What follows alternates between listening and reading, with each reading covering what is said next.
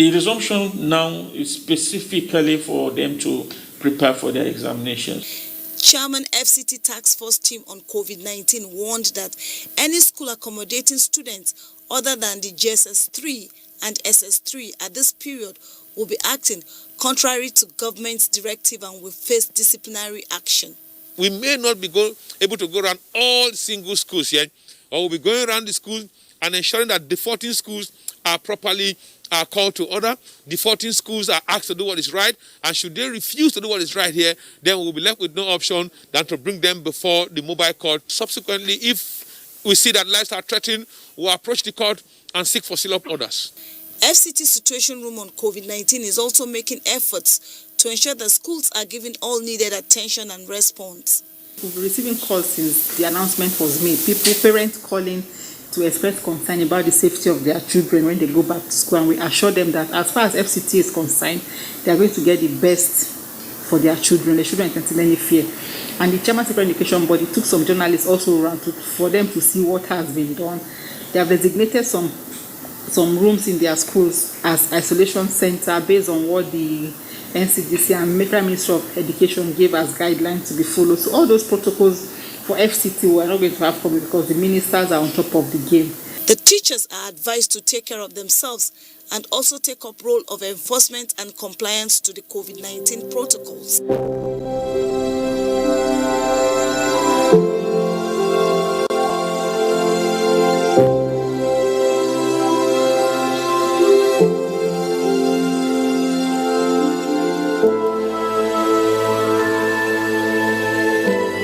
Since the country's index case was reported on 27 February this year, just 2 weeks before the World Health Organization declared coronavirus a pandemic, the federal government, through its ministries, departments and agencies, has been coordinating a multi-sectoral response for the country through various programs and interventions.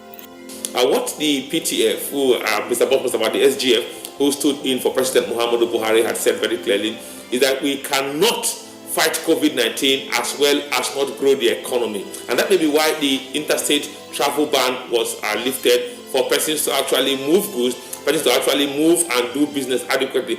Government says, okay, you have a small car, fine. You have to carry one person in front, two behind, with you, making 4 people in that vehicle.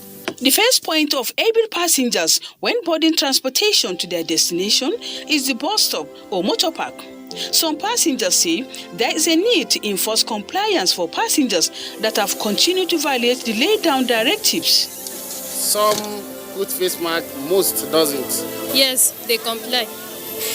2 at the back and one at the front with no masks. The National Union of Road Transport Workers, NURTW, on their part, promised continuous sensitization of their members, especially the drivers, to adhere to COVID-19 protocols.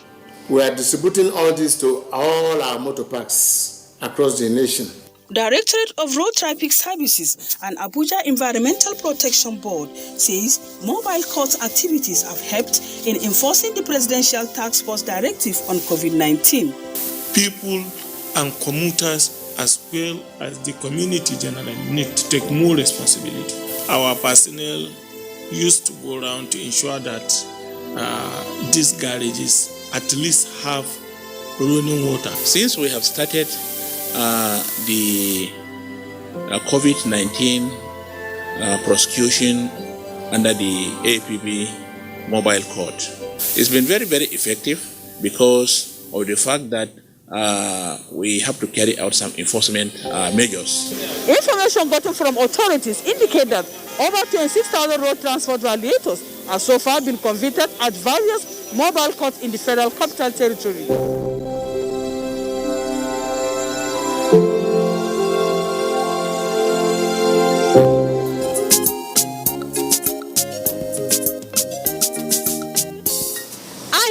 Beautiful places, and Abuja is beautiful. Together we can make it even more beautiful. Thank you for being a part of this program today. Join us next week for another interesting episode. From me, Rahab, it is bye for now. If it be like say you know well, like it's something they do, and you since say you believe say you get a seed to do you. And your body no surgery like it's something they do you. No let panic finish you. You go win all. Self-isolate for the sake of all the people.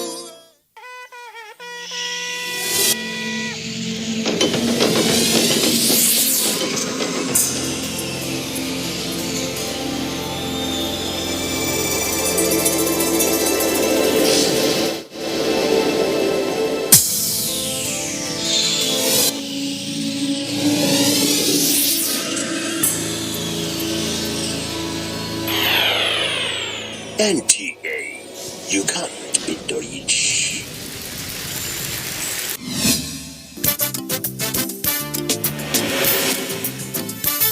And there's the start.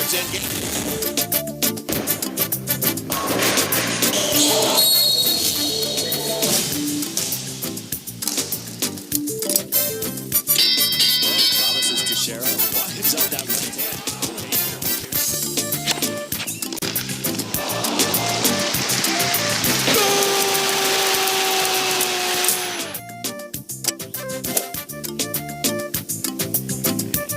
Archbishop of basketball, goal! He hung on that net like a stalk up a tree. NTA Sports 24 brings you all sports, all time and all day.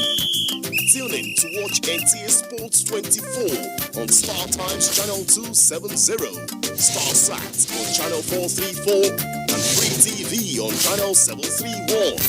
NTA Sports 24, where sports thrive. You can follow us on all our social media platforms: Facebook at NTA Network News, Instagram at NTA Network, Twitter at NTA News Now, YouTube at NTA News Online, or visit www.nta.ng.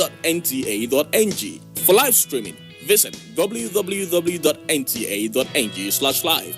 Now, you can stay updated on the go, be it on your TV, iPhone, laptop, or iPad, or download the NTA mobile application from your Play Store or App Store. NTA, you can't beat the rich.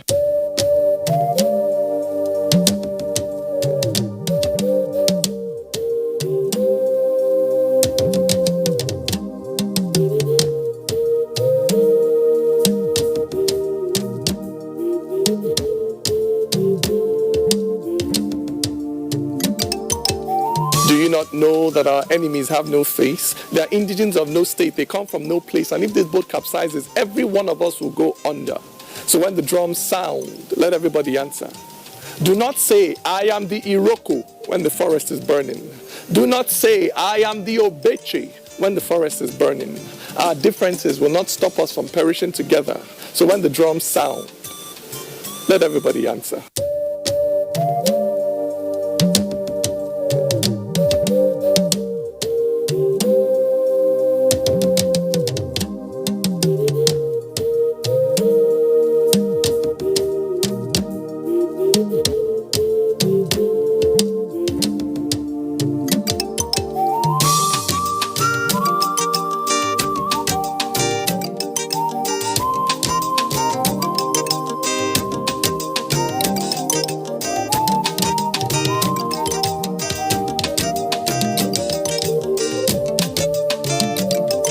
I am Elizabeth Abali. I am.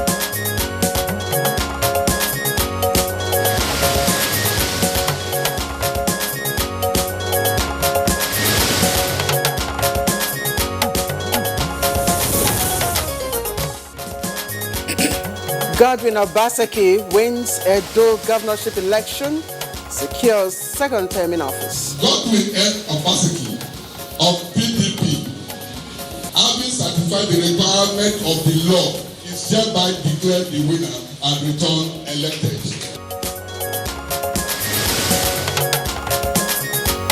President Buhari congratulates Governor Godwin Obaseki as Edo residents celebrate in the state capital. We thank Muhammad Buhari for giving free and fair election. We are very happy. Today, we have gained what is called political freedom. Joint health sector unions, Johesu, course of strike.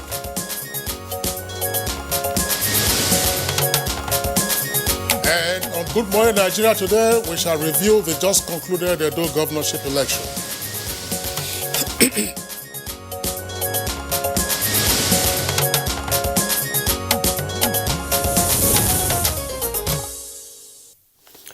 All right, it was long awaited.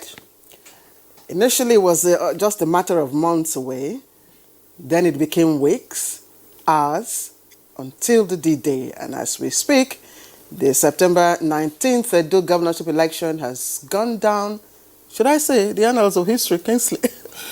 Indeed, the Edo governorship election, which generated so much heat in the polity, especially in the build-up to voting, has been won and lost. The Independent National Electoral Commission, INEC, yesterday declared Godwin Obaseki, candidate of the People's Democratic Party, the PDP, winner of the election, having scored the highest number of votes cast on Saturday. Now, Governor Obaseki polled a total of 307,955 votes to defeat his closest rival, Pastor Osagie Ezeyamu of the All Progressives Congress, APC, who scored 223,619 votes. Now, the PDP candidate won with a difference of 84,336 votes cast over APC's Ezeyamu. Now, Obaseki also won 13 of the 18 local government areas in Edo State, while Ezeyamu won 5. Now, more importantly, Obaseki of the PDP also scored more than 25% of the votes cast in 2/3 of the local government areas in the state to satisfy the constitutional requirement to be declared winner and governor-elect for his second term. It's also on record that Governor Obaseki has now twice defeated Osagie Ezeyamu in the Edo governorship race, first on the platform of the APC in 2016 and now as the PDP standard bearer. Now, one interesting feature of the Edo governorship election, which is of course receiving applause from observers, was the high turnout of eligible voters, many of whom defied the heavy downpour in some instances to exercise their franchise for the candidate of their choice last Saturday.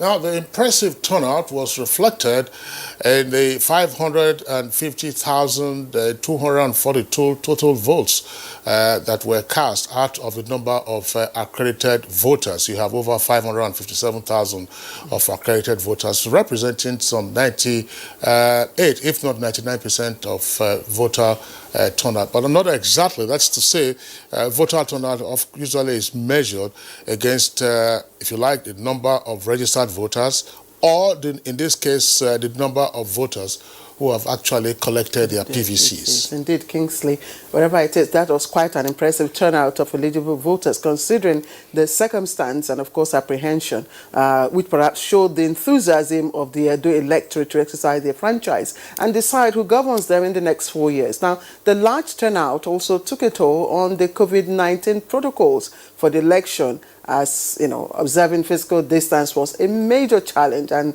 it was observed in quite a number of polling units across the state, Kingsley. Of course, Claire. Now, the difficulty in complying with the COVID-19 protocols, some observers said, was compounded by the late arrival of materials on election day, as well as faulty card readers in some cases, which then led to impatience and restlessness of intending voters.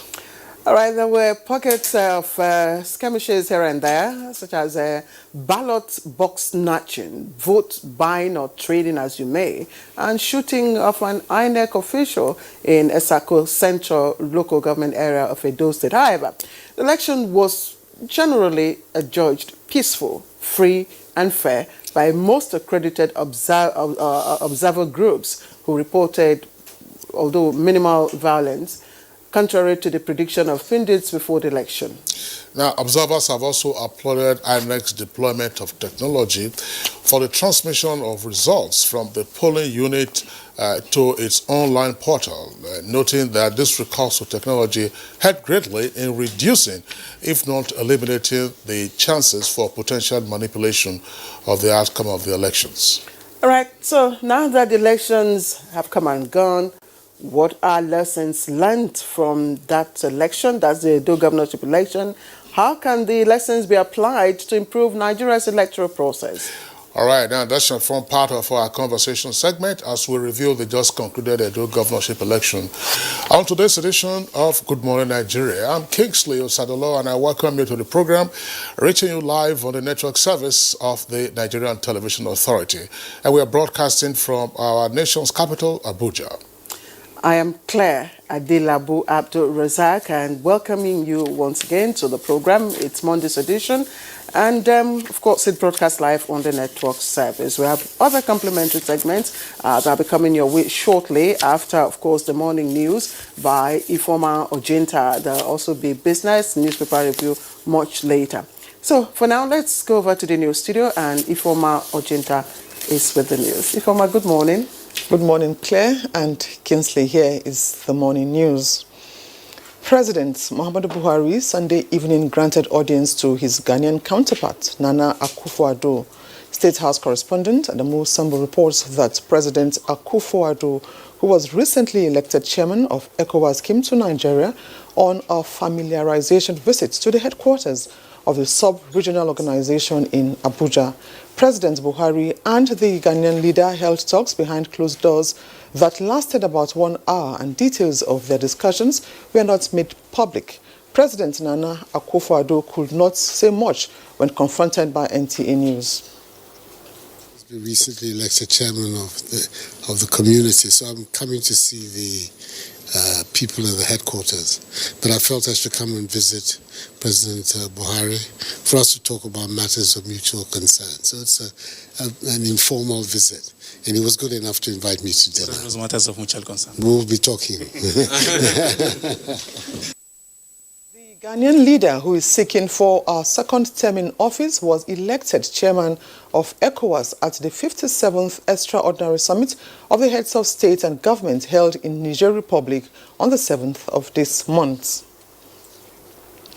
The incumbent governor of Edo State and candidate of the People's Democratic Party in Saturday's governorship election has been elected for a second term. He polled a total number of 307,955 votes to beat his closest opponent, APC candidate Pastor Osage Iziyamu, who scored 223,619 votes.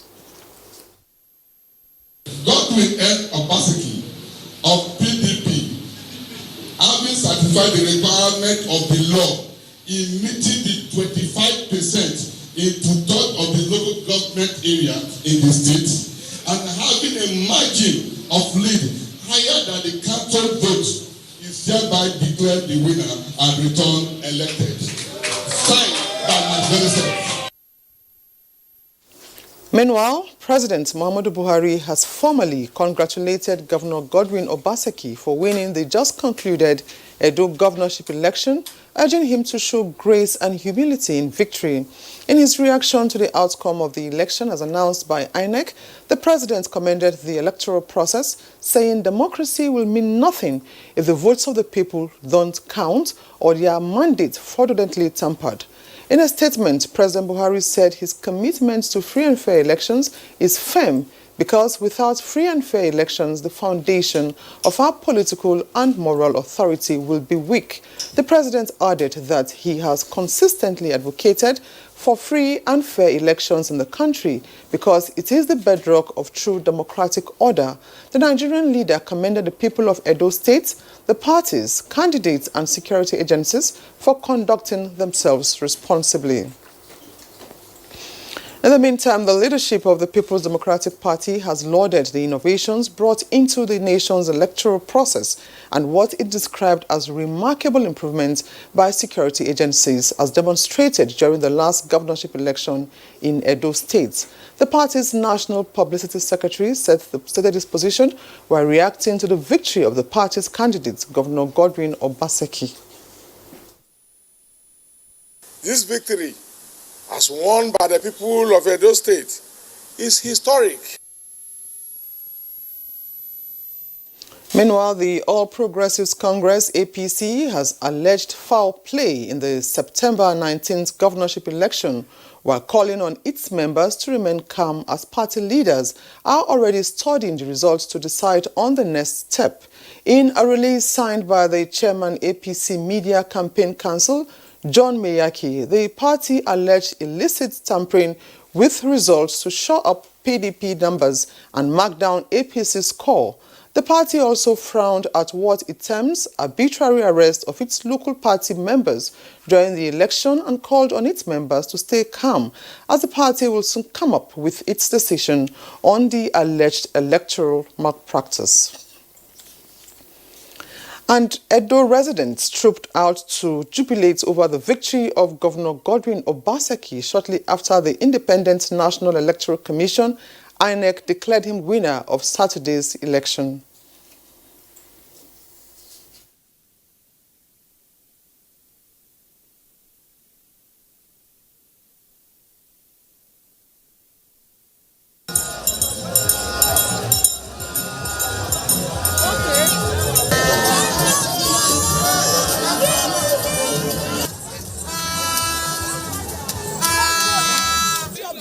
We are very happy. We thank Muhammad Buhari for giving free and fair election. We are very happy. Today, we have gained what is called political freedom. To health matters now. The Joint Health Sector Union, JOHESU, and the Assembly of Healthcare Professional Associations have directed their members to suspend the 7-day nationwide warning strike from Sunday midnight, 20th September.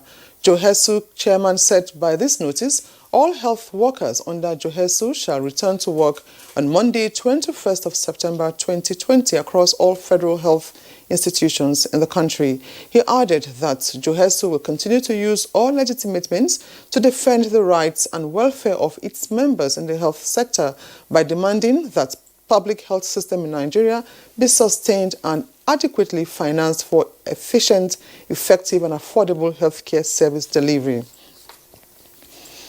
Now, new figures from the Nigeria Center for Disease Control, NCDC, shows 97 new cases of COVID-19 have been detected in the country, bringing the total number of confirmed cases to 57,242 in Nigeria. Of these 97 new cases, Lagos has 46, Kwara 12, Rivers 11, Adamawa, Niger, Ogun and Osun states have 4 new cases each, while Ekiti, Imo and Kaduna each recorded 3 new cases.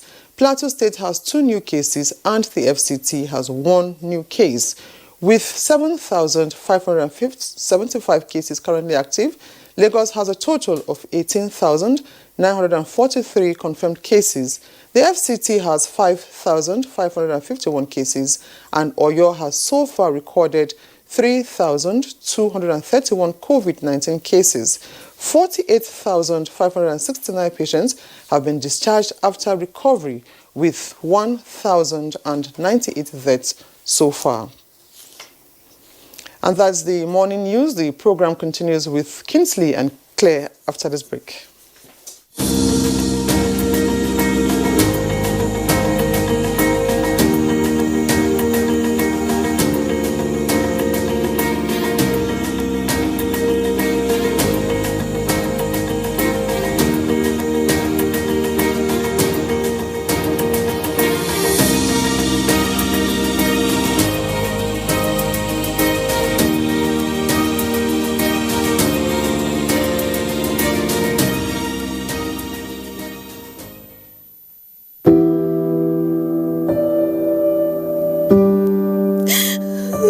She cries. She cries in anguish and in pain. She bears the scourge of her grief. She toils in vain for justice and succumbs to silence. He gloats over his malady. Like a beast, he pounces with no remorse. Her cry means nothing. Her pain feeds her shame. Like an orphan, she's left to grieve in solitude. But no more will she cry in vain.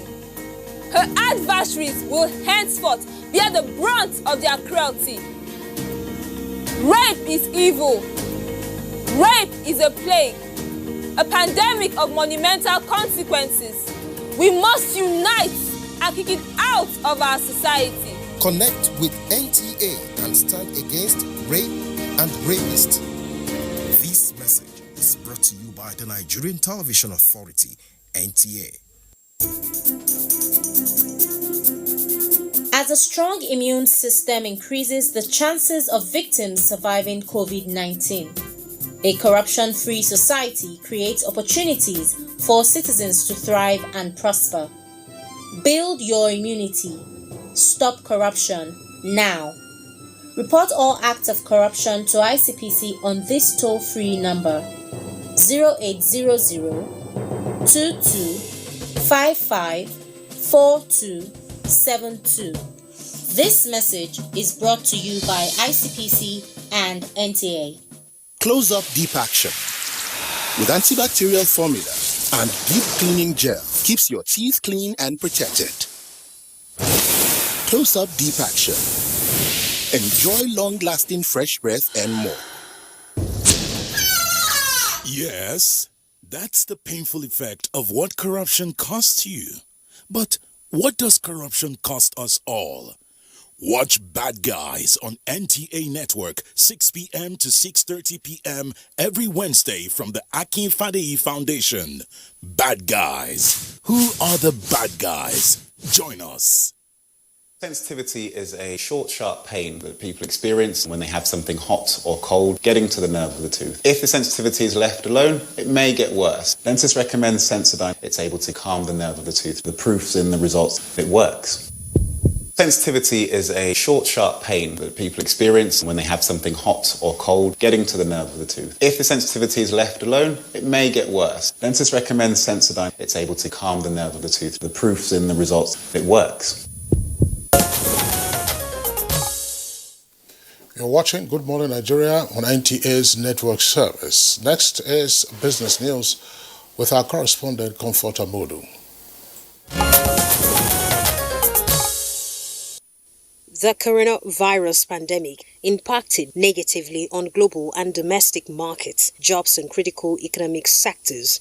To cushion the impact, experts want government's programs and policies to promote entrepreneurship towards self-reliance. What we need now is skill development, entrepreneurship, and something for these youths, because these white-collar jobs that they are looking for is not really available as much as possible. And what we are looking at is to craft a bill that will now make the year post their graduation that will be focused on like a one-year program of skill acquisition. The Nigerian stock market over the weekend had a total turnover of 1.139 billion shares, worth 12.692 billion naira in 17,109 deals traded by investors on the floor of the Nigerian Stock Exchange. Comfort Amadou. Many thanks to you, Comfort, for the business package. Coming up next is newspaper review.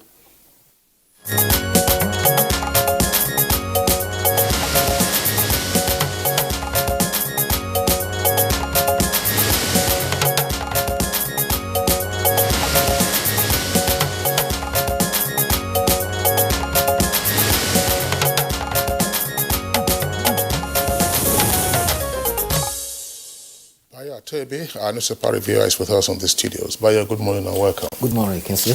Good morning, Claire. Baya, good morning, Nigeria. Good to see you too. That's right. Okay, so let's begin with the Punch newspaper. Punch, the lead story is on the outcome of the Edo election, and it says, wild jubilation as Obaseki defeats Zeyamu, and APC alleges foul play.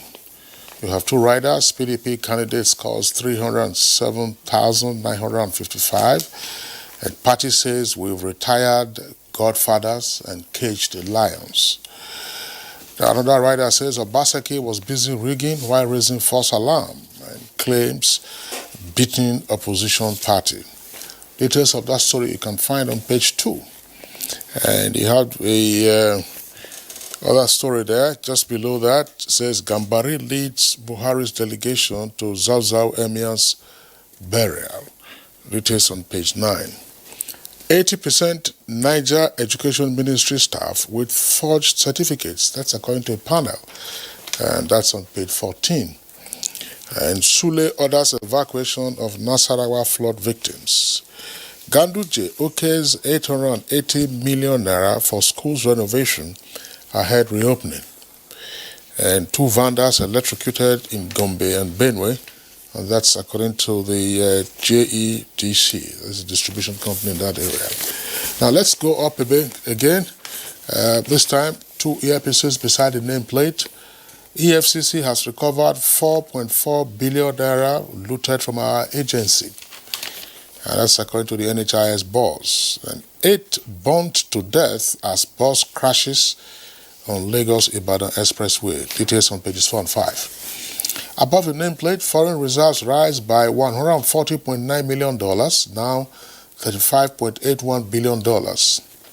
Health workers resume as Johesu ends warning strike. 78 firms bid to rehabilitate pipelines and depots. That's according to NNPC. That's on page 40. And bandits on reprisal kidnapped 42 persons in Zamfara. Claire. Yeah, Kingsley, let me take from the Daily Trust. And the lead story is on the passing away of the Emir of Zazzau. It's right there, late Emir of Zazzau, and who has been buried in Zaria yesterday. He, of course, attended the throne at the age of 39, we're told, and died at the age of 84, leaving behind 4 wives, several children, and great-grandchildren.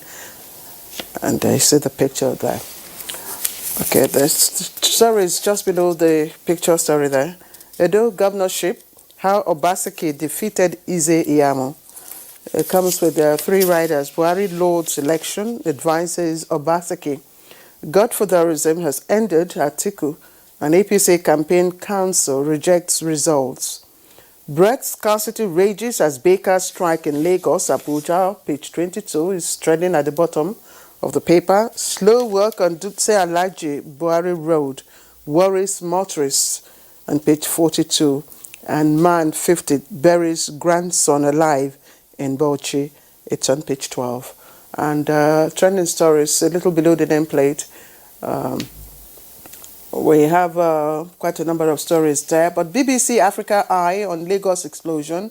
New evidence contradicts official explanation. And that's the outlook of this paper. Front page. Bayo. Yes. Let's start with the story of the death of the Emir of Zazzau. Condolences has commenced to pour into Zazzau following the death of Alhaji Shehu Idris, who died after a brief illness and was buried yesterday. He ascended the throne in 1975 at the age 39. I remember that time I was a student in College of Arts and Science, Zaria. Yes, he is the 18th Emir of the Fulani lineage. He was actually the secretary to the then Emir, Muhammadu Aminu, and later on appointed as the district head of Zaria. And immediately the Emir died, he ascended the throne as the 18th Emir. President Muhammadu Buhari has sent condolence message to Governor Nasir El-Rufai, the people of Kaduna State, and the people of Zazzau Emirate. He said Nigeria has lost a monarch whose contribution to promoting unity and peaceful coexistence cannot be forgotten for years. He also said that former military president Ibrahim Badamasi Babangida also described him as a bridge between various ethnic and religious groups, and he was a force in keeping Kaduna State as a cosmopolitan. May his soul rest in peace. Meanwhile, candidate Godwin Obaseki of the PDP has been declared winner of the Edo governorship elections. The returning officer, Professor Akpofure Rimruki, Vice Chancellor of the Federal University of Petroleum Resources, declared that candidate Godwin Obaseki scored 307,955 votes to beat his closest rival, Osage Ize Iyamo, who polled 223,619 votes. There were jubilations in the parts of Edo State among PDP members, while the All Progressive Congress members in Edo State alleged that there were falsification of results. Governor Obaseki had defected to the People's Democratic Party following his failure to clinch the ticket of the All Progressive Congress ticket in June, just as his lead opponent had also decamped to join the All Progressive Congress. The electoral process was tension-soaked, but thanks to the providence, the monarch in Benin called them to order, and also following the peace accord signed, substantially peace prevailed throughout Edo State. There were a few incidences, however, of violence, some with Ipoba, Oka, Ego, and Esako Central. In fact, there was an instance where INEC staff was shot and wounded. Substantially, the election is judged by all, even observers, even politicians, to be free, fair, credible, and transparent. President Muhammadu Buhari has congratulated Governor Godwin Obaseki and enjoined him to show grace and humility in victory. He hailed the peaceful conduct of the elections and reiterated his commitment to free, fair elections as a foundation to strengthening political and moral authority. He declared, democracy will mean nothing if votes of the people don't count or if their mandate is fraudulently tampered with. The President has praised the people of Edo State, security agencies, political parties, and all participants for conducting themselves responsibly. Governors, especially of the People's Democratic Party, have all congratulated Governor Godwin Obaseki. They all identified INEC as deserving of praise, as well as the peaceful and credible conduct of the election, and police also for maintaining neutrality. Right. The other report is related to the status of COVID-19. We are now in the week 39 since the COVID-19 began, and Tribune reports that last week recorded one of the lowest in the last 6 weeks of the COVID-19. The first week of September was reduced. In the second week, it shot up. By the third week, there were indications that we are beginning to flatten the curve. In fact, the chairman of the Presidential Task Force indicated that we are beginning to flatten the curve, but there was still need for us to keep vigilance about COVID-19 protocols. As of today, yesterday we had 97 cases in 12 states, which has brought the national total now to 57,242. So far, 48,569 have been discharged.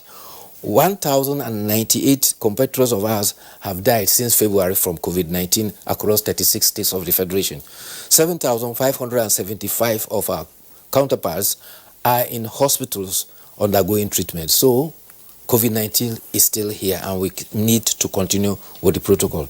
The World Health Organization has indicated that there are prospects of vaccine early 2021. But yes, last week, the Chinese Center for Disease Control said that they are in the process of evolving 4 COVID-19 virus vaccines that are in their final stage.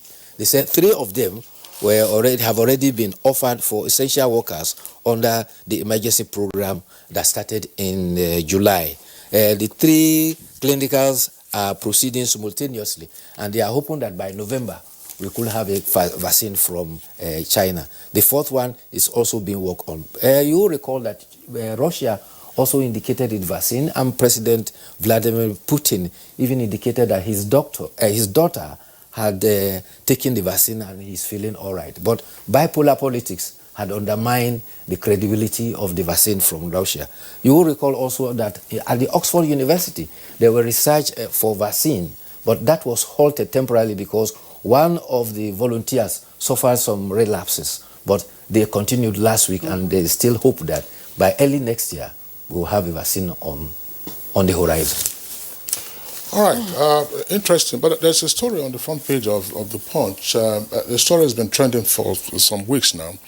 And the headline here says, 80% Niger Education Ministry staff with forged certificates. And that's according to a panel that's been, on the one hand, investigating the phenomenon of ghost workers in that state. And in this case now, what has been revealed is that about 80% of the staff in the Ministry of Education do not probably have the requisite qualification. A printer who was said to have printed the forged certificates with which the persons gained employment has also been apprehended by the police. There was an earlier report of a ghost worker who was busted in the course of the panel's investigation. The ghost worker was on grade level 10 and he had made progression in the course of the years. Boosting in the that's right. of the That's service. right. He didn't know that it was a brother or relation of his who had put his name on the payroll as a staff. So when the time came for Operation Show Your Face, as the saying goes, the gentleman came and he couldn't answer any question. It turns out that he's an Okada rider. Well, the situation in Nigeria is very dire, and I think we must praise the state government for having the courage to unravel all this. Last week, I was shocked when I read that about 313 ghost workers have been responsible for about 8.5 million of salary that have been paid over the years. And so this is a bold step to nip that corruption that has prevailed within that public service directly in the board. Yeah, I think that Kogi State, a couple of years ago, embarked on a similar measure. I hope that they have followed through with the outcome of their clean sweep of ghost workers from the system. I recall we had one of the officials join us on Good Morning Nigeria on that occasion to discuss what at that time they referred to as diaspora ghost workers. Yes. Now, in the case of Kogi at the time, who were the diaspora ghost workers?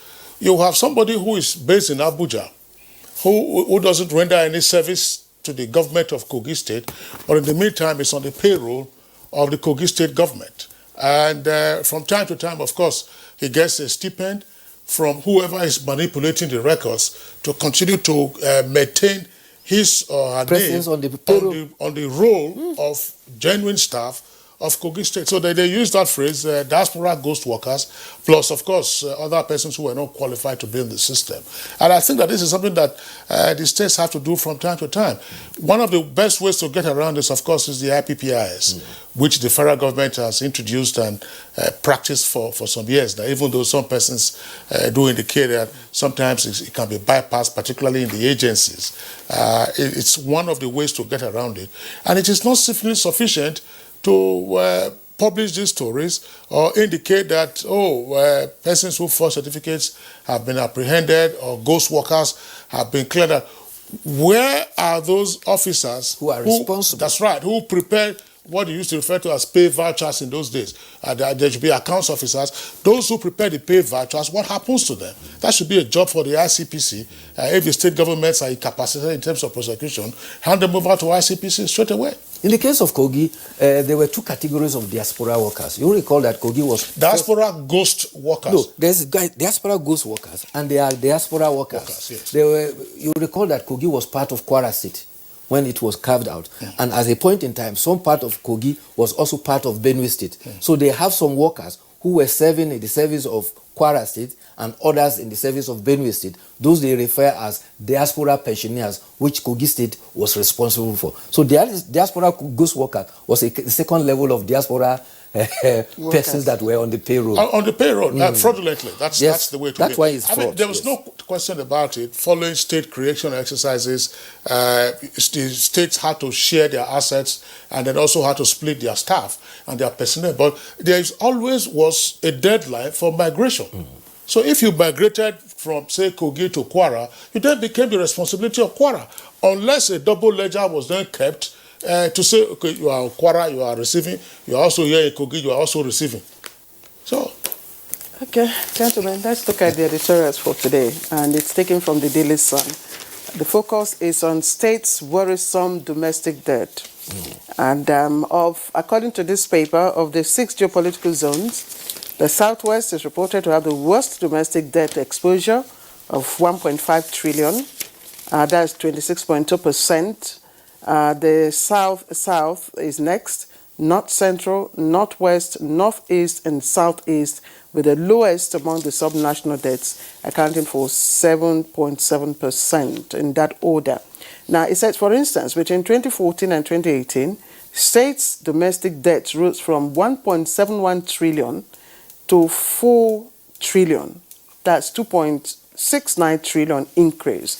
Okay, so this paper, that's the Daily Sun, is saying that there seems to be non-compliance with the provisions of the Fiscal Responsibility Act on borrowing, as well as the advisory coming from Debt Management Office, that's the DMO. Yes, the editorial is saying that the total debt owed by 36 states of the Federation is placed at about 4.19 trillion as at June 2020. And he said most of them are owed to contractors and others are bonds from capital market. And the editorial is very critical in the sense that this forms part of the overall debt that Nigeria owes, which is now about 31.1 trillion naira. And the sad thing with the states is that 15% of only internally generated revenue form part of their outlook. Most of the time, 85%, they depend on federal allocation from the FAC. And the editorial is saying that this cannot be sustained. And therefore, they should heed the call from the Debt Management Office, as well as the Nigerian Extractive Industries and Transferability Initiative, that they had to manage the the bloated loans and concentrate on internally generated revenue so that they can survive. The Vice President had already raised an alarm, cautioned the states that the situation cannot continue unless there are deliberate efforts to engender internally generated revenue. That's right. The ultimate question to ask is the DMO failing in its responsibility in granting approvals for states to continue to access loans and facilities? We see, there seems to be a double speak about this loan. Sometimes DMO will say that the loans that have been accumulated so far is within the tolerable range. We have not exceeded the bonds. There's no gainsaying the fact that if you borrow for infrastructure, they will eventually pay for themselves. But where you have to borrow for consumption, for salaries, that is where there is the danger. Not about that. So. Okay, Vayo, thank you Thank you again, and do have a nice day. We'll see you again tomorrow. Thank you. All right, this is Good Morning Nigerian, the network service. Don't go away. We'll be right back with more stories. Hi. I'm done. Really? Yes.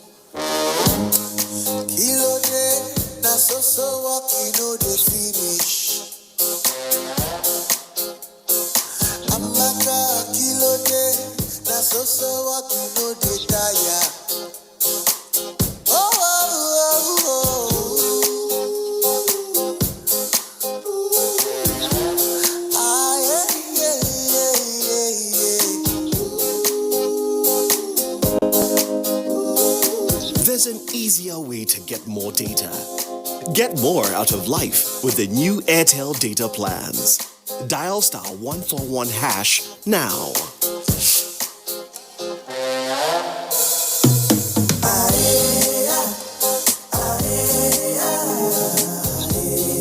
Data is life. Airtel, the smartphone network. NTA TV College Jos, an affiliate of Ahmadu Bello University Zaria, is currently admitting students for its ordinary diploma programs in television journalism, television production, and television engineering. Interested candidates are advised to obtain relevant information concerning eligibility at our website at www.ntatvc.edu.ng or marketing department of any NTA station nationwide. For further information, contact Assistant Director, Marketing, NTA TV College Jos on 0803-314-4383 or the Academic Office of the College on 0806-980-9807. Announcer, Registrar. Like every mother, I'm worried about dangerous insects, especially mosquitoes, which spread diseases like malaria to my loved ones. This year, I'm not afraid. I'm using new Mortein Insta-Kill. New Mortein Insta-Kill's improved formulation knocks down mosquitoes 2 times faster. Not even a single mosquito is spared because even one mosquito bite can cause malaria. Mortein Insta knocks down mosquitoes 2 times faster. Ankara shopping with the right place for. That one no fine. No, it's too dull. This one. Oh wow, it's beautiful. Omo, this fabric. It gon' fade though. Yeah. Look, make I tell you something. The new area Ankara, it go take good care of it. No right. Not lie. Not true. And the price cheap.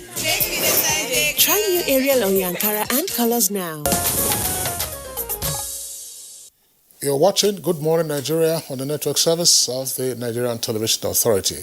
For our conversation segment this morning, which is on a review of the Edo governorship election, we're going to have to take this background put together by our correspondent, Abdulsalam Jibril.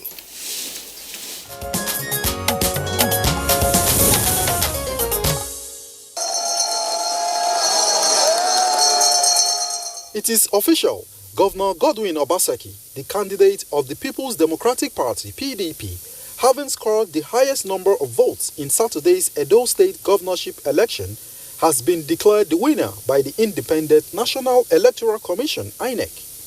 Winning in 13 of the 18 local governments in Edo State, Godwin Obaseki polled 307,955 votes to defeat his main rival, Osage Ize Iyamo, of the All Progressives Congress, APC, who had 223,619 votes. He thus scored more than 25% of votes cast in 2/3 of the local governments in the state to satisfy the second constitutional requirement to be declared governor. With a high turnout of voters, observers have commended the security agencies, particularly the Nigerian police force, for their vigilance and professionalism. They also commended the electoral umpire, INEC, on the conduct of the election, particularly with the deployment of a dedicated online portal, INEC Result Viewing, IRV, which afforded Nigerians the opportunity to view results from polling units in real time. This deployment of technology, many observers believe, also reduced the chances for manipulation, which could arise while transporting results manually. Applauding the novel portal, some observers have urged INEC to improve on it with regard to speed of uploading the results in real time. While the much anticipated election did not record major or widespread irregularities, the election was not without incidents. Ballot box snatching, faulty card readers and pockets of violence were reported in some polling units during voting and collation. The election was conducted with compliance to some COVID-19 protocol, as officials were seen conducting temperature checks and requiring voters to use face masks before exercising their franchise. However, social distancing was conspicuously absent in a number of polling units. Going forward, what are the lessons learned from the Edo governorship election and how can they be applied to improve Nigeria's electoral process?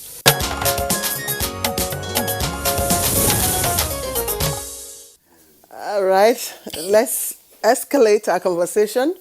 And of course, it's on Edo governorship election. Of course, we're looking at the lessons learned. Quickly, let me introduce our guests here in Abuja studio.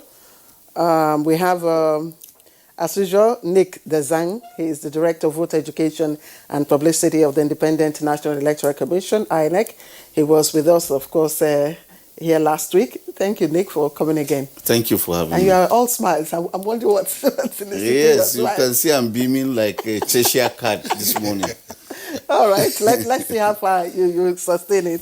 We also have here with us in the studio Dr. Ismail Bello, lecturer from Department of International Relations, Bayes University here in Abuja. Dr. Bello, thank you very much for good morning, Nigerians.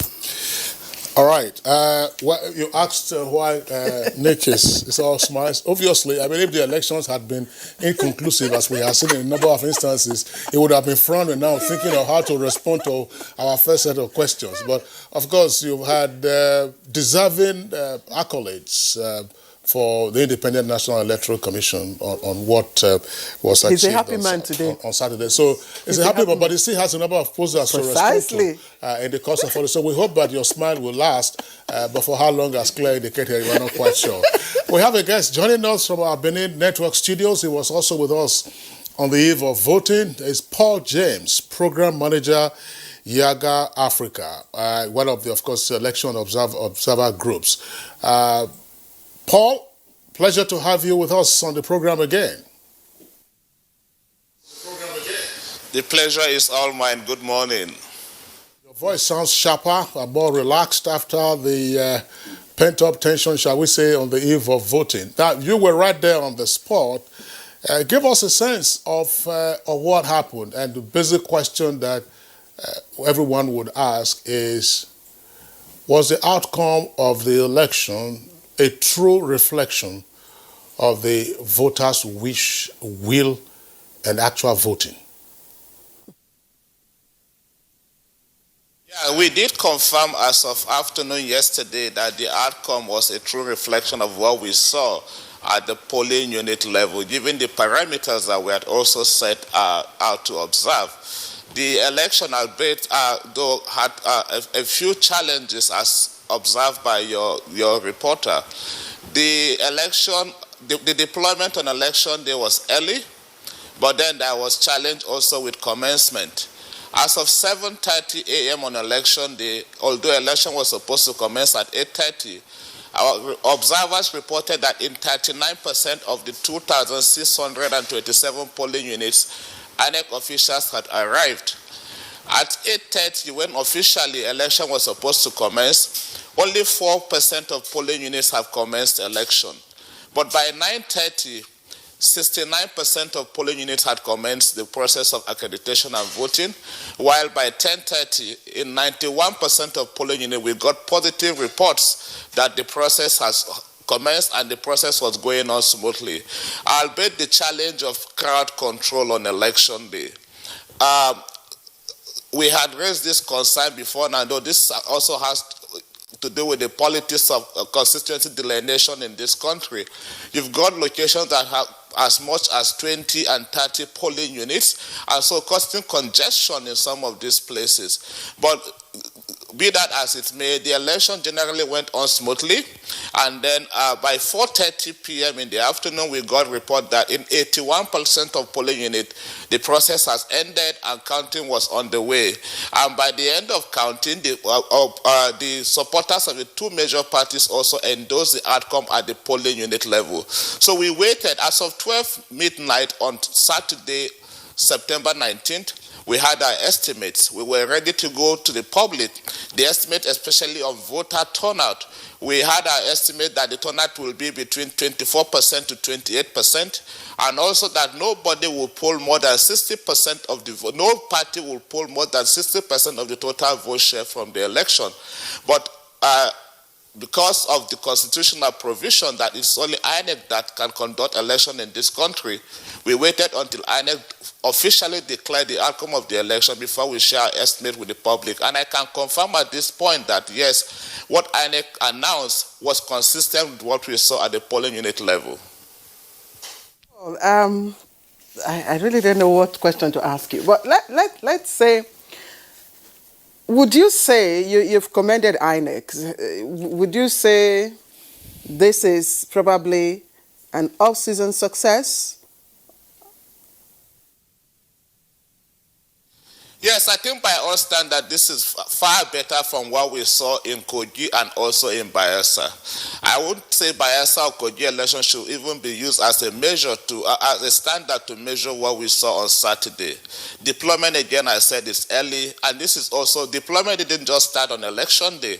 INEC started from the eve of the election to deploy all sensitive materials to all local governments. We deploy our observers to these locations, and even our board members were seen in some local governments, and they confirm indeed that yes, materials have arrived, which for us was indicative that the process was going to commence early. So against the belief that the election will start at 8:30, we also decided to see whether INEC would deploy officials to the polling unit ahead of the commencement at 8:30. So we asked our observers to go to the polling unit as early as 7 a.m. in the morning.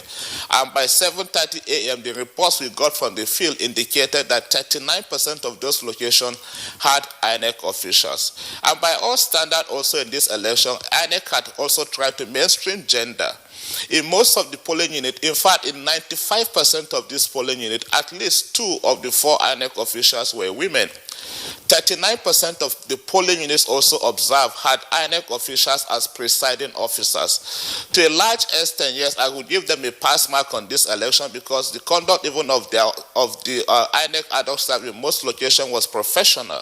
But again, we will also give them knocks in areas we think INEC did not do well. One area is also in the enforcement of the COVID-19 protocol. Whilst, there was a problem with crowd control across most polling units, almost in all polling units. Yes, there were in 100% of the polling units, there were hand sanitization stands, and in almost all the polling units, there were after every vote, before every voter was authenticated by the smart card reader, their fingerprints was authenticated. That, yes, happened, but then there is still a challenge with crowd control. There was the outer and the inner line by INEC in 81% of polling units, but also, again, INEC need to do better when it comes to crowd control as we also plan for the Ondo election. Well, Paul James, we'll take one question from me before we bring in Nick Dazang here with us in the Abuja studios. On the eve of the election, everybody knew that it was going to be a cliffhanger election with a great deal of tension and anxiety as to whether the peace pact and the admonition by the Oba of Benin might unravel. But some analysts are saying that the outcome has, the process and the outcome have been, as it were, a pleasant defeat of the expectations of conflict and confusion. What's your assessment? I think this is similar to what we have also seen in previous elections, in the 2012 election, in 2016 election, that in the build-up to the election, you will see a lot of this overheated polity, you will see a lot of this pre-election violence, but come election day, the place will be peaceful. And that is to say the people are always determined and they know what they want. But the press to come and assess what we were doing in our center, and also our visitors that visited our data center. And it got us worried. If this is happening in our data center, what could be happening in the field? But we got to understand that it was the other way around in the field. People were able to express their franchise, and to a large extent, the security was professional. But then again, you had places that recorded incidents of sporadic shootings. You have a location in Esako Central where there was a killing of a citizen. You have a location in Oriomon where there was sporadic shooting. In Igwebe local government also, there are places where political talks took over polling units and the security were there and they were helpless. Yeah, so I will say, yeah, as much as we are, there was also room for improvement. They did quite well, but then they also need to go back and audit their conduct from this election and see how they can make it better for future election. All right. Paul, thank you very much. Claire, we'll return to Paul later. I do not think that there's been any report of any fatality arising from some of those instances that he just mentioned.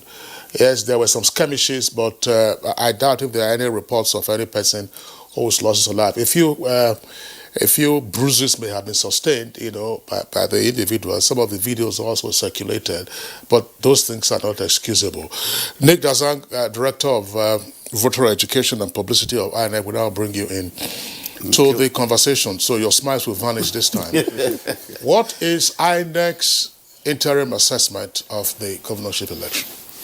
Well, we are yet to do a postmortem of the conduct of the election, even though our virtual situation was up and running until the outcome of the conduct of the election was declared yesterday. The Commission will certainly take a look at the conduct of this election And the lessons we have learned from the conduct of this election and how we will factor the lessons in the conduct of subsequent elections, particularly the Ondo governorship election, which is scheduled for 10th of October 2020, and 15 harmonized by-elections scheduled for 31st October 2020. I think the election speaks eloquently to the fact that when stakeholders work in concert, work diligently, work professionally, the outcome is fantastic. That's what we have seen in this instance. And the Commission will certainly latch on to this momentum, believing that, like Shakespeare once wrote, there is a tide in the affairs of men, which when taken at the flood leads to fortune, but omitted, all their journey is bound in shallows and misery. We have seen that, like I've said, if we work together and in concert, we'll make it. And I think it's a lesson not just for INEC, but for this country, that where there is synergy, where people work in congruence, you are likely to have a positive outcome. You are yet to assess for INEC, but I'm sure you observed. Yes. So what would you say would be the hamstring for you in this election? Well, there were several challenges with the election. First of all, in 1 or 2 cases, we had instances where staff did not deploy in time. And part of their complaint was that they did not see the advice for their training, that's their financial alert, and these things occur. From our experience in the commission, some of the ad hoc staff give wrong account details, or they give account details of their siblings or their parents. And there's no way you see or cite an advice if you are giving the wrong account details. So these things happen.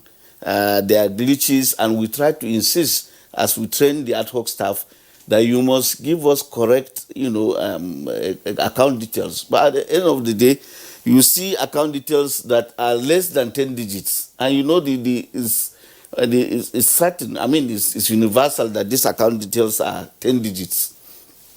But on close scrutiny, you see so many, and we have to call them back, to reconfirm the account details.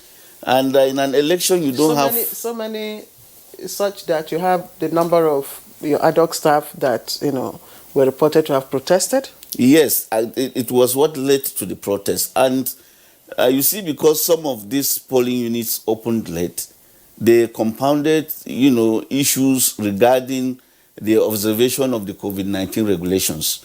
Once a polling unit opens late, certainly voters will be restless. And in these particular polling units, voters were desperate to cast their votes and leave.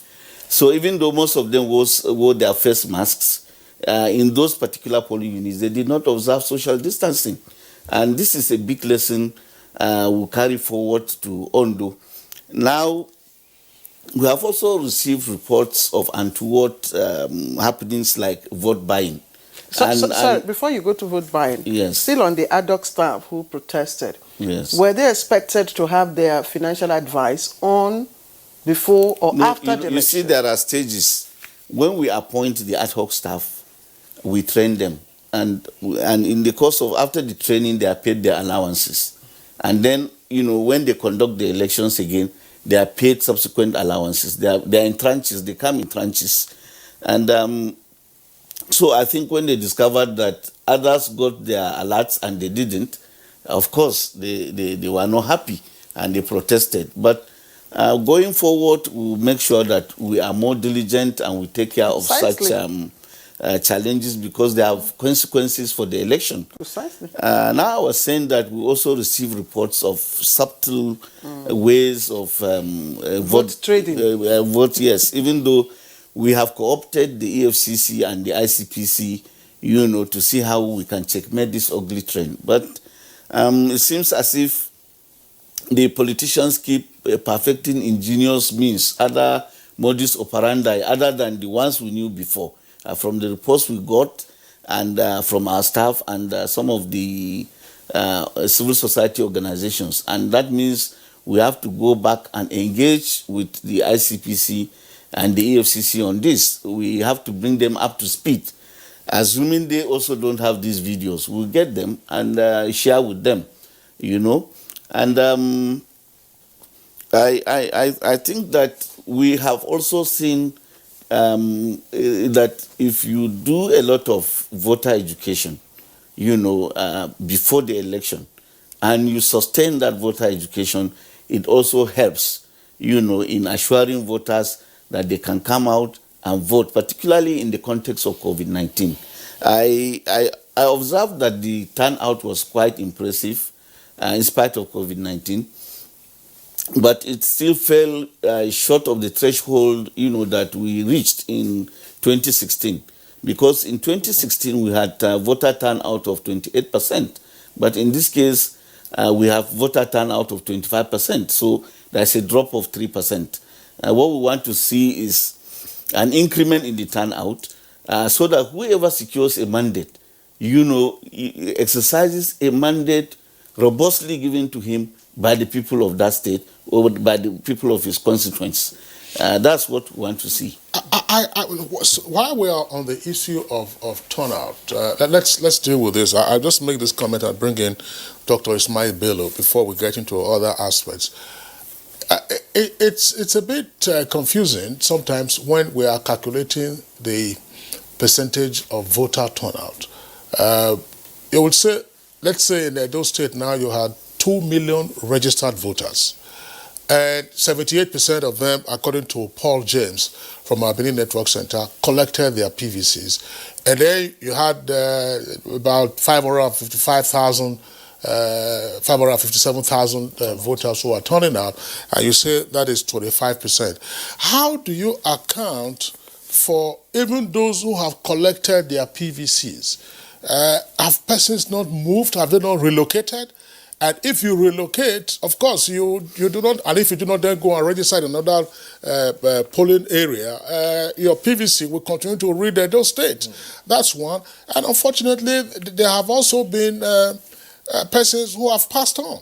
I mean, you know, persons that may have lost his wife, may have lost the husband, or may have lost a sibling, and so on and so forth. All of these ones do not appear to be accounted for when you are saying voter turnout flat 25% on the basis of so many persons who were registered and so many PVCs that were collected. Let's bring you in at this point, Dr. Ismail Bello, to begin your analysis from there and then make a general comment on the conduct and outcome of the election. So thank you very much for having me. You know, in Nigeria, we have a database issue. So we hardly have a situation whereby people go to register death, although we register birth. So we hope that in the nearest future, the INEC and other stakeholders, particularly the NIMC and others, are able to come together to ensure that whenever there is death and that particular individual registered, his data should be captured and sent to the INEC. On a general note, when it comes to assessing the election, I must commend the Edo people. They have shown that they are very versed and they know what they want. Pre-election, we had issues of violence, and I must commend the National Peace Committee, the Oba of Benin, and even the political actors. We saw the situation whereby the governor of Edo State and his opponent, Izeyamu, came together. They hugged themselves at the Palace of Benin. It showed that they were willing to let go their grudges to ensure that there is peace and stability in the state. Because when there is violence at the end of the day, who do you govern? Even if you've won the mandate, it might be subjected to court. There will be violence in the state. There will be peace and security. So I must commend the Edo people for coming out and ensuring that the politicians were not able to use them as the tool to disrupt their state. Also, I must commend INEC for effective planning and implementation, especially the introduction of the Z pod, which ensure that this timely sending in of result to avoid a situation whereby results are tampered with either at the polling unit level, ward level, or even the local government level before it gets to the state collation center. You know, usually when we are told to define democracy. Yes. You know, it's rule of the people, Yes. by the people, and for the people. But usually in our democratic journey, we've not seen much of the second part. That is, by the people. Yes. So has that been demonstrated in this election? Yes. You see, after the election, we saw how the people of Edo State took to the street to celebrate the victory of Godwin Obaseki. It showed that they participated, and what they hoped for was what was eventually announced. Also, if you look at the spread of the victory, it showed that Godwin Obaseki was able to sell his agenda to the people and show that it was not about personality attack. It was about what he has done, which is for the benefit of the people. And this reflected in the vote. In fact, when I was looking at the results, there were projections that it might be difficult for the governor to make inroads into Edo North, which is the stronghold of the former APC chairman, the deputy governorship candidate of the APC, among others. But if you look at the result, even in the local government chairman of the former APC chairman, it was 56% to 40-something%. So it showed that he has been able to sell himself, and the people are at home with him. So I will say, to some extent, the people of Edo State have shown that, okay, the election was well conducted, and it is to their own benefit to re-elect the governor and own up the whole system. You know, Dr. Ismail, thanks. Both this question is going to both yourself and Paul James. Of course, it doesn't concern Nick because he's supposed to be an umpire. Yeah. As much in the lead up to the election, we had the two leading candidates, and at some point we had other candidates who were our guests on Good Morning Nigeria, had conversations. And then, of course, some analysts we also had in the course of the conversation.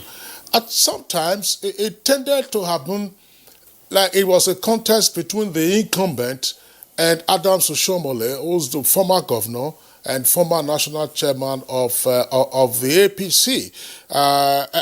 I'm sure our viewers might have seen this either on air or through the social media posts. There are certain phrases or expressions that were being used. At one point, I think one of our guests actually asked what it meant. Let me just put it in context so that you then now respond to the question I want to ask. Before the election, you were hearing Togba. Togba is a shortened form of Toragba. That is to say, it must be complete. And you saw them demonstrating, must be complete, made a constitutional requirement of 4 years plus another 4 years to which you are entitled. That is to say, it must be complete. Now, when the results were announced yesterday, you then started hearing Ogbane. Ogbane, meaning that it is now complete. So, from your own point of view, was that a key factor in swaying voters to say, look, Izeyamu and Governor Obaseki, they are no personal enemies. They are friends, and they are, in a sense, also related from two prominent families in Benin. But did that contest devolve ultimately on those two phrases, Togba and then now Ogbane? Thank you very much. If you look at the spread of the vote, the governor was able to secure victory in all the local government in Edo South, which is from Oredo, also Edo Central. You know, there's this unwritten agreement for power shift from the north, south, and the central. As you said, it must be complete. The people of Edo... It's not what I said, it's what they okay, they saying. said, yes. The people of Edo Central believe it will be to their benefit if the governor is able to complete his full tenure, that is 8 years, and power shall return to the central. As you all know, Professor Osumbo was there as governor between 2007-2008 before the court removed him. So there have been this agitation for power to return back. They believe if power goes back to Izeyamu, he will have to spend 8 years before it comes back to the Eastern people, that is in the Edo Central. So I believe it was part of the agenda. Then coming to the issue of the former APC national chairman, I told people that, you see, Iziyamu is a very strong politician. He might have, made better inroad if the election was about him and Obaseki, not between Oshomole and Obaseki. The Edo people felt, in 2008, we fought against godfatherism. We should let it go. The same thing shouldn't repeat itself now. You understand? We should determine who governs us. The governance shouldn't be determined from either Abuja or any other state in the country. So as I said, there are a lot of factors to it. One, the power rotation factor, and also the fight against godfatherism. Paul James in Benin, your comment on this? I think for me it is a family affair that I don't also want to get involved in. It is purely from the political, for political reasons, and you begin to hear about this power sharing formula. But what plays out for me on election day was the fact that I saw resistance on the part of the people. The people were determined, and the people the people demonstrated that they are the champions in this game. I mean, I sat in the hall during the National Peace Committee engagement with stakeholders, and also, of course, the engagement with INEC by stakeholders. And I saw supporters of one of the parties bearing logos, bearing emblems that have 4+4. And I said to myself, this was also a party that 4 years ago was condemning somebody on the opposing side, and now that the person is in bed with them, you are hearing 4+4. So these dynamics will continue to be there. This scheming will continue to be there. But ultimately, what I saw on Saturday was that people resisted. People showed that they are determined to. People showed their determination to ensure that their votes count. There was the side about mandate protection that we shouldn't forget about. That people, after voting, people stayed back and ensured the votes counted at the polling unit. Some people followed their votes to the ward, some to the LGA. In fact, as early as 2 a.m. on Sunday, the 20th of September, I received a call from one of our observers that was still at the State Collation Center trying to gain access. And the sense we got from there was that there are people lurking around the center that wanted to ensure that their votes truly counted. As at 12 noon, 1 p.m. yesterday, I also received calls from people that were encouraging us to go out to speak to what we saw in the election because they thought the process would be manipulated. And I said, no, this is the election of the people. And besides, INEC have done a lot of things. INEC have taken a lot of steps to deepen the integrity of this election. The gradual introduction of technology in our election, for me, is a plus. The Z-Pad that was introduced by INEC. So people have different fronts to view what happened at the polling units, and I think that process would not be circumvented by political parties. So again, I wouldn't want to go into that. It is a party affairs. You will not be surprised by the time you go to Ondo, you begin to hear alignments and realignments. It happens every other elections. But ultimately here, the champions for me remain the people of Edo State. Sorry, I mean, Paul James, you say it's a family affair. Is it your family or their family? Paul, good enough. You don't want to be dragged into Kingsley's Togba and Ogbane family It's not affair. mine. It's not mine. Well, you raised it. No, I raised it. But sorry, Claire. Sorry. There is another one. I mean, there's another one. You take this along. I mean, there's expressions you heard on the street. Edo not be Lagos. You heard that? Oh yes, that's so that's part of what you say. Yes, okay. So it may very well be that in Ondo they will be telling you Ondo not be Edo. Okay. So Paul, but I'm sure there is another prism you may want to look at, and that's what is playing out now, not just in the Edo election, but I see it also in other developed climes. In the US, for instance, party versus individual politics. Now, right for us to begin to consider private candidature in our elections, in our electoral process? Yeah, I think it is. The time is ripe for us to begin to consider independent candidacy. What played out in this election for me, is more about the personalities than even about the parties. If you follow the antecedents of the parties and what people think of these parties in this state, some people wouldn't even have come out to vote on election day. Yes, I think this will also build into the conversation around electoral reforms. At the moment, we don't have that in our constitution, but I think that is the way to go. Nigeria need to start considering that there are persons that, based on their merits, based on their personal achievements, if they come out to participate in the election today, I know definitely people are going to vote for them. But then we still have the challenge with party politics. If you want to go through the ropes of the political party, for you to emerge as a candidate for a particular party is a very Herculean task. Yes, I quite agree with you that the National Assembly, the civil society, we need concerted efforts here to ensure that we have that in our electoral laws, in our electoral framework, for us to begin to consider independent candidacy in our election. Kingsley talked about the Edo Nobi Lagos issue, that we see. It's all over the place. Okay. Yes. I get the attribution right. I'm reporting what the voters or the views were from the street. Not Kingsley said. Okay, that's understood, Kingsley. That's right, thank understood. You. Not Kingsley saying, but of course what, it's visible, what people are saying, what the electorate are saying in Edo Nobi Lagos. So do you think that was also a factor in determining, the outcome of the votes, where the votes, the swing of the votes? It may have contributed, especially with the utterances attributed to one of the stalwarts of the APC just in a week of the election. I think that must have hit them below the belt, and people showed that resistance. But again, I wouldn't want to be involved in that politics.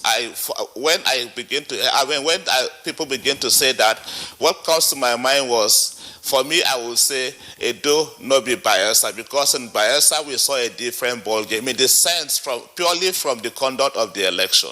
Bayelsa was the election where we saw in 24% of polling units there was no election. In one of the local governments, specifically in southern Ijaw, in 51% of polling units, election did not happen. And in some of these places, returns were made. So far from the report we have received, from the 2,627 polling units in Edo State, only one of that polling unit have reported to us that election was not conducted, which I think for me is a very huge progress, and something I think INEC also need to consolidate on. Yes, purely from the conduct of the process, I think this is a very huge improvement over Kogi and Bayelsa election. All right, Paul, thank you very much. Dr. Ismail, you've been itching to say something. I don't know what you want to respond to, whether it's the Edo Nobi Lagos slogan or Togba Ogbane, that's one. But if you want to do that, you quickly responded. I posed a question to you on whether you consider the conduct of the Edo governorship election last weekend as a template that INEC ought to take very seriously in future elections. Okay, thank you very much, Mr. Kingsley. Before I talk about the responsibility or the role of INEC, let me touch on the Edo Nobi Lagos. Before I came in here, I had a discussion. I was telling the director... No, keep your discussion yes. off the record. Okay, so basically, my advice as a political scientist and as lecturer in international relations, political parties must take internal democracy very important. Someone can just sit down, as I stated earlier, in Abuja or Lagos or anywhere in the country and determine what happens in other states. These states are co-equal, you understand? Their fate shouldn't be determined by external powers. As you said, the utterances of political party leaders played a very key role. He's trying to shy from that, but I'm going to say it played a very key role because I took the pulse of people of Edo and even commentators on the social media. There was someone, after the video released by the leader of the APC, there was someone from Edo that said he's specifically going home to go and vote against godfatherism. So we must try as much as possible to ensure that we improve on internal party process and ensure that the space is thrown open for everyone to contest. And let me tell you something, the video was sort of a disservice to the personality of Izeyamu. Because if you look at the previous election and the commentaries of people, he's quite strong. He's a former local government chairman, APC vice chairman, South, chief of staff, SSG. So he's quite on ground, you know, but people saw him then as an independent person that could take on the system. But now he's been seen as a sort of, I don't want to say puppet, but a sort of someone that will be controlled from outside the state. And coming to INEC, I must commend them for the conduct of the election. We hope this process is built upon for Ondo and Anambra and even the senatorial House of Reps and other by-election that are coming up. Finally, before I go on, we should ensure that the peace committee start on time. It shouldn't be a week or two to elections before we bring stakeholders together. You know, the peace committee, the IG of police, and also the issue of electoral offenders court or something like that, that should ensure that anyone that is caught, if there's an evidence, that person should be prosecuted if they engage in... Why would you ask the peace committee to get into a situation where there is no fray? I mean, for instance, on the Edo election, the point was made, I think, on this program, I said that in passing, that the political elite in Edo State should consider it something of an embarrassment that the National Peace Committee was now coming in to say, look, gentlemen, enough of the hot air and enough of the codgers that you guys are within, sign that you'll be of good conduct. They had never had that previously in Edo. So we haven't seen the bullets flying yet in Ondo, and we do hope that the bullets will not fly. So if that situation doesn't arise, why would the peace committee get involved? It is important to state that stakes are high in politics. As we all know, politics is all about authoritative allocation of values. What are those values when it comes to resources? Politicians at times, sorry to say, they tend to, you know, throw away this sense of ensuring that, oh, this belongs to us. Even after election, the Nigerian state or the Edo state continues to be. So there is need for that, you know, an umpire or someone from outside that will always pat them on the back and say, oh, you are going the wrong way, come back to the right way. All right. Thank you. No, you are fascinated. Yes, you are fascinated by this talk bar. Thank you, Kingsley. Those are the two words I've learned today. Yes. Dr. Ismail Bello, Yes. before we bring in Nick, I know you need to relax. Yes, just take a back seat for that. So, we've been talking about godfatherism. Yes. And many people have been saying, look, criticizing it. But there are also those, especially the young upcoming politicians, who say, look, we can't, it's not really unprogressive as people think. Where do we draw the line between godfatherism and mentorship? So thank you very much. As an academic and a researcher, I have mentors, people that I look up to. It now falls into the realm of godfatherism when that particular individual begin to tell me as a political office holder that, oh, you are supposed to appoint so-and-so person as commissioner, chairman, board, and so. There is nothing wrong if that... Advisory, yes, thank you. Advisory. A clear example is what is happening in Borno State. We must give it to Senator Shetima. He played a key role in the emergence of Zulum, the professor. But he has stepped back. They can be meeting behind the phrase to offer advice on how to go about governance. He has the experience, but not the situation whereby someone sits somewhere and say, okay, this is the person we are going to give it to. I'm sorry to say, before the emergence of the APC standard bearer, it was already out there that the party chairman had settled for this person. You know, so even the disqualification of the governor and other aspirants was just made. It was already planned. So mentorship is very important. You know, there are people that are already in the game. They know how things go. They could simply help you and back off. When they say that, okay, you are deviating, they offer advice, and if you refuse to take the advice, they let you go and face the people. So we must, you know, separate when it comes to the issue of mentorship and also godfatherism. Godfatherism is the extreme. When you want to determine, I'm supposed to govern, I'm supposed to represent my people, you know, but by the time you tell me, oh, this is how we should do it, no, just advise or not instruct me, so to say, that this is how it should be done. So advice can be given, but not instruct or try to enforce. We've seen situations whereby some governors decided to, you know, take the bull by the horn, and they were removed. They were removed by their godfathers. All right, Dr. Ismail Bello and Nick Dazang and Paul James. Gentlemen, we're going to have to take a short break. Now, when we return, we'll face Nick. A new edition of TV Guide is out, featuring great personalities from all walks of life. Expository interview with a young TV presenter who shows passion on what she does, Morayo Afolabi Brown of TVC. Pick a copy of this compendium of mind-blowing stories and get abreast with issues as regards media convergence, leadership, health, star profiles, star programs, fashion, sports, human angle stories, and lots more. Meet some media professionals within our space who have paid their dues in no small ways. TV Guide, very incisive, very educative and compelling. Grab a copy at the vendor near you or NTA stations nationwide. TV Guide, your indispensable companion.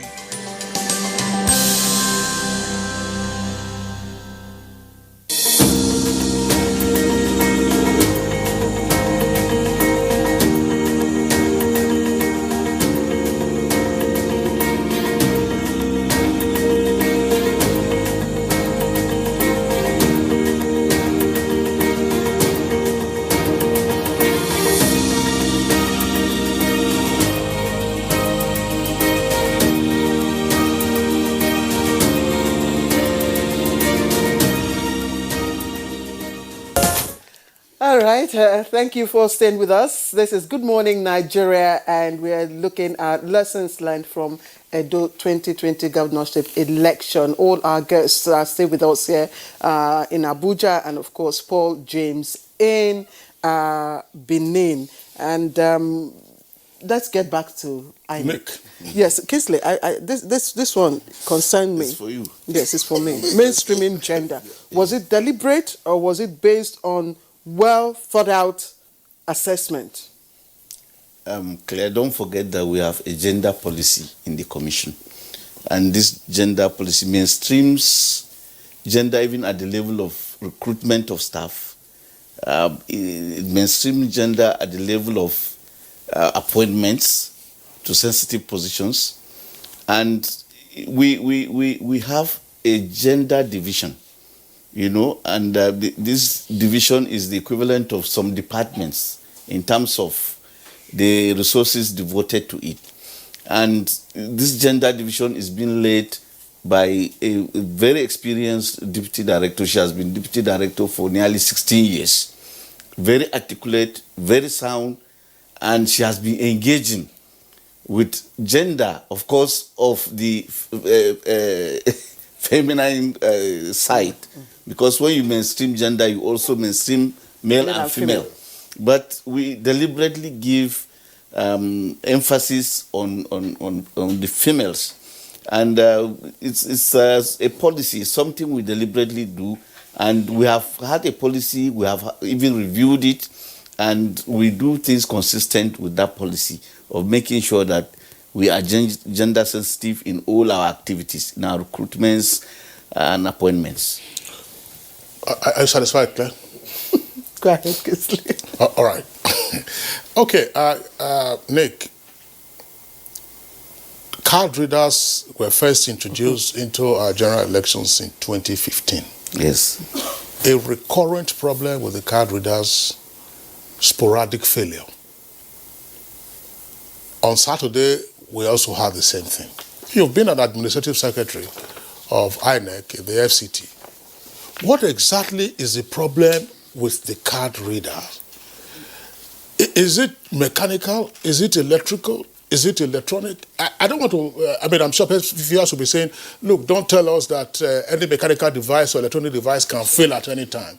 Usually, the argument will be, yes, we have tested all of this, we have backup and so on and so forth. You deploy them on the day of voting, suddenly the card readers begin to fail. What is the issue with the card reader? Because part of the congestion you saw at some of the polling units in Benin arose from the fact that those card readers were either malfunctioning or they were not working optimally. Yes, thank you for bringing this up because as you observed in 1 or 2 polling units, in fact, in the polling unit where the governor voted, the smart card reader malfunctioned. And we need to appreciate the type of technology we use. Most of these products have shelf lives.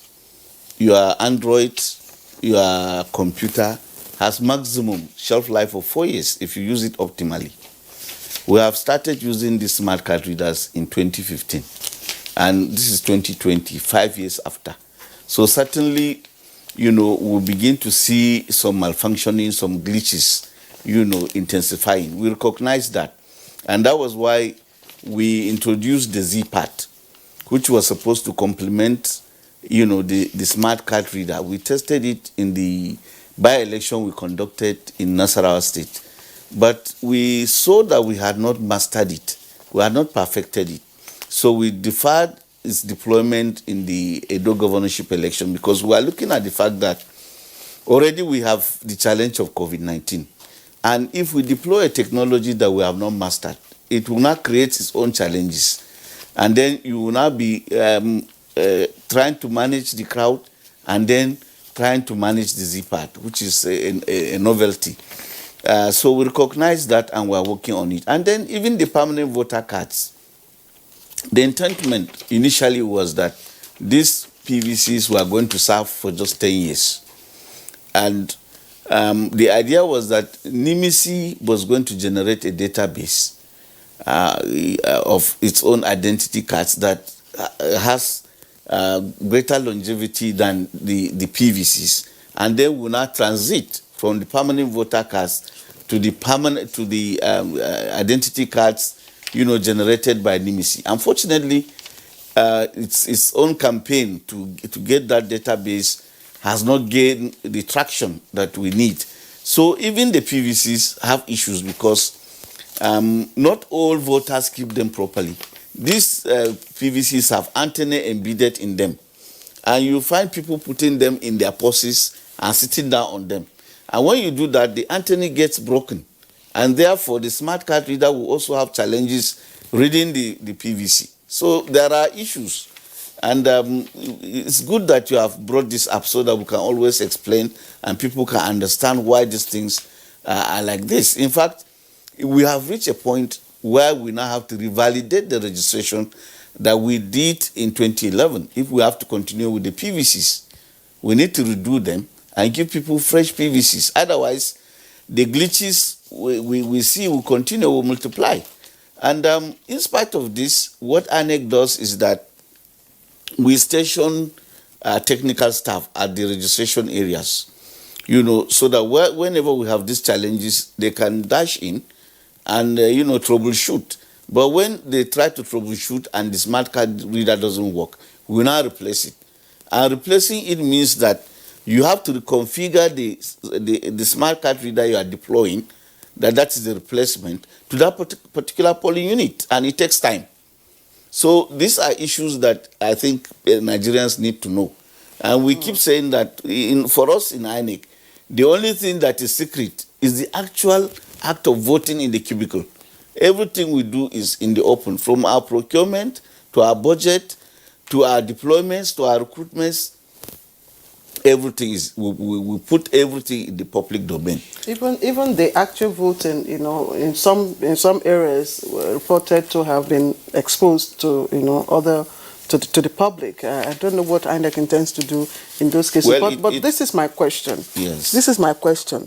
The viewing portal, yes, where results were, sent to electronically, to what extent did it confer integrity on the outcome? To what extent did it eliminate, manipulative attempts? And I ask this because there are allegations that some results were tampered with and showed up in favor of, some other parties. No, I don't think so. You see, the ANEC results portal. Why I say I don't think so is because what you are uploading is from EC8A onto that portal. That is the result that was entered at that polling unit and was endorsed by all the polling agents and in the full glare of observers, the media, and the security agencies. And as soon as you do that, you now upload real time, you know.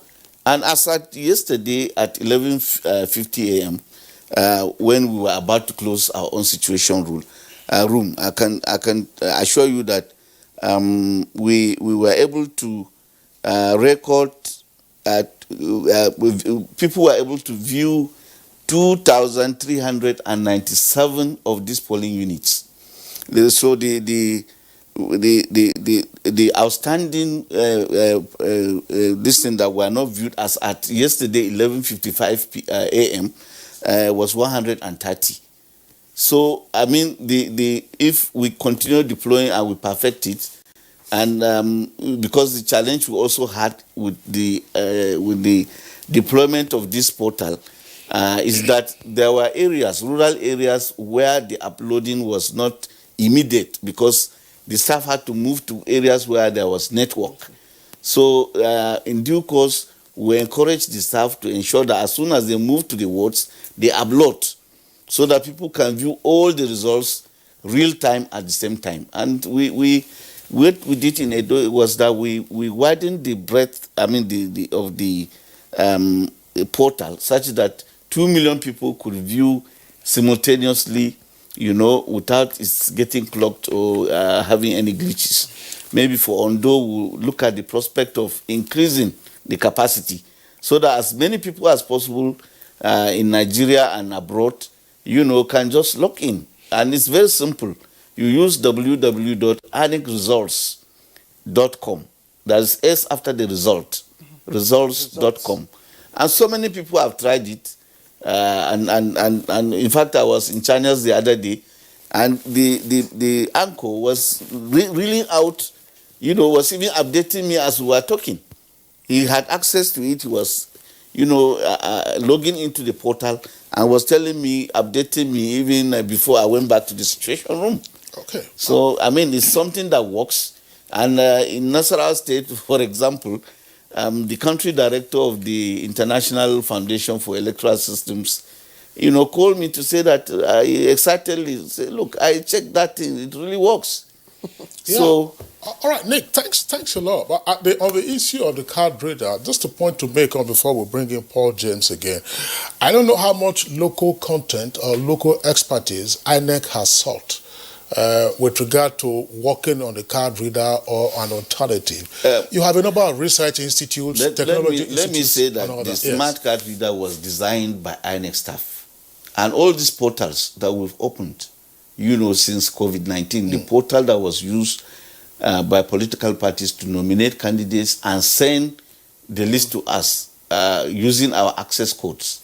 And the same portal that we use also to accredit observers who you know, observe the elections. And now, of course, this ANEC results portal, all of them were designed and generated by our staff. Fine. What you see, that is also why, you know, most of these products designed by them take into cognizance our challenges. And of course, by and by, they will continue to perfect, you know, with the right incentive, with the right environment created by the Commission. The limit, I mean, the sky is the limit of this gentleman in that department. I was just, Nick, I appreciate what you have just said, but I was also going to add that you have Naseni, for instance, yes, where you have a broader range of expertise. You have many departments of electrical, electronics, engineering, Federal University of Technology that you have across the country, various federal, even state universities. Challenge them and then let them, you know, let this be part of the work they are doing. No, of course, our colleagues from base, you know. I also would like you to know that we have worked with most of these agencies, with Naseni. We've worked with so many. They have also visited us and told us things they can do. Fantastic. And, you know, a lot of things have to also be allowed by law. We've always said our elections can be better and the outcomes can be known timeously if we are allowed to introduce technology, to further deepen the technology that we have introduced. But the laws have to be changed. Otherwise, we'll continue to, collect results at the polling unit, registration area, local government, state, and in the case of a presidential election, manually. Whereas we can find recourse to technology and, fast track the project and further invest integrity and confidence in the process. So the way to go is for us to continue to work on the National Assembly, which remit it is, to hasten and fasten the process of electoral reforms. We've been working with the media, with civil society, but I think we need to intensify this effort because we began this journey since 2007. This is 2020, and all these reforms we've been hankering after are still yet to be effected by the National Assembly. I'm sorry to say, but we will still engage with them, and I think we'll need the support of other stakeholders, perhaps, to prevail on them to do the needful so that we can move forward. Okay, thank you very much. Paul James from our Benin Network Studios. Often, when there are issues relating to the integrity of an election, security agencies have been blamed for their alleged complicity in the electoral malfeasance. What did you see on Saturday, and what was novel and therefore worthy of emulation going forward? Before I talk on the issue of election security, I want to go back a bit to the issue around card reader, and that I think INEC should stop making excuses for this because we got 2,627 polling units, and I know also with voting points around 4,000. And then the expectation is that you've got card readers for each that is configured to each of these polling units and voting points. And also you have a backup of card readers. What we saw on Saturday was that in 13% of these polling units, the card readers malfunctioned. Although they were replaced, it took time to fix some of them, it took time to replace them. We conducted election in over 120,000 polling units across the country. What is stopping INEC from mopping up more card readers that were used and put them in use, put them to test before their deployment? Election, I don't want us to reduce, I don't want all of this to become episodic. We are always too quick to move from an election. Edo is done now. The next conversation is Ondo. What has worked in Edo? What do we need to improve as we go to Ondo? And one of which I think is a smart card reader. It is becoming somewhat embarrassing. Is it the problem of the technology or the problem of the equipment? It is becoming embarrassing that for every election when you come, and it is almost like it is targeted to some high-profile politically exposed personalities that you come to an election, and on election day you begin to hear issues around failure of some of the equipment to work around polling unit. So I think Ondo presents that opportunity that we need to begin to test some of this card reader that we have around. We can mop up from other states and begin to test them and put them in use before they are deployed. To election security, as much as I had praised the efforts of this security earlier on, there were still challenges we saw on election day. For instance, our observers reported that in 8% of polling units, there were incidents of intimidation and harassment. And in 11% of these polling units, these were targeted at women who were either INEC officials, who were either voters, who were either security personnel, or even election observers. This is not what we expect of, if you begin to view election with, if you want to begin to view election from the elements of the essential principles of election. If you begin to put fear in the process, that will disrupt the idea of inclusive process, because it's going to put fear in the mind of people that are supposed to participate in this process. Yes, they did well to a large extent professionally, but I think a lot needs to be done. I mentioned earlier about places where we saw sporadic shootings. Police had mentioned here in the last time I was here with the DIG, he mentioned that they will station their men in the outer layers of the polling unit. How did these armed men had access to the polling unit, if you had police stationed at the outer layer of the polling unit, it means somebody is not doing his work or their work well. This needs to be interrogated, and I think we want to see sanction as we plan for the Ondo election. Paul James, thank you. We'll probably, if we do have time, we'll turn to you. But we've got some tweets here, so let's quickly take them before we continue. Kingsley. Chris Simeon, the credible election brings about good governance, which makes democracy wax stronger. Now, this comes to the fore when the electorate is allowed to make their choice at the polling units with their ballots. Omogbola Babs said the wish of the people was reflected. It can only get better. Badamasi Adamu, the conduct was commendable and cheers to the president for his efforts. The people's candidate emerged at the end. Yunusa Idris, my salute goes to the good people of Edo State for standing against oppression and imposition. Kudos must be given to the president for giving an enabling environment for the electorate to exercise their civic rights. Ishiaka Adegboye says Nigeria is in the right direction. Edo has shown the way. Congratulations to Obaseki. Eshea Emmanuel, congratulations to the governor-elect Godwin Obaseki on his well-deserved victory at the polls. Mike Anyakwo, Edo people have spoken. All Edos, irrespective of political affiliation, must respect democracy. The winner, Governor Obaseki, should immediately embark on reconciliation of a divided state as a result of the election, and also form an all-inclusive government. And Ali Ibrahim Gimba Fika, Edo election is a way forward for Nigeria's democracy. Mr. President's approach towards election demonstrated a sense of care to the choice of Nigerians in electing their leaders. Festus Akimboyewa, congratulations to Governor Obaseki on winning the election. Congratulations also to Pastor Isaiah Yamo for putting up a good fight. In life, you win some, you lose some. It's now time to put politics aside and work for the progress and prosperity of Edo people. Sorry, Kingsley, I didn't conclude Ali Ibrahim Gimba's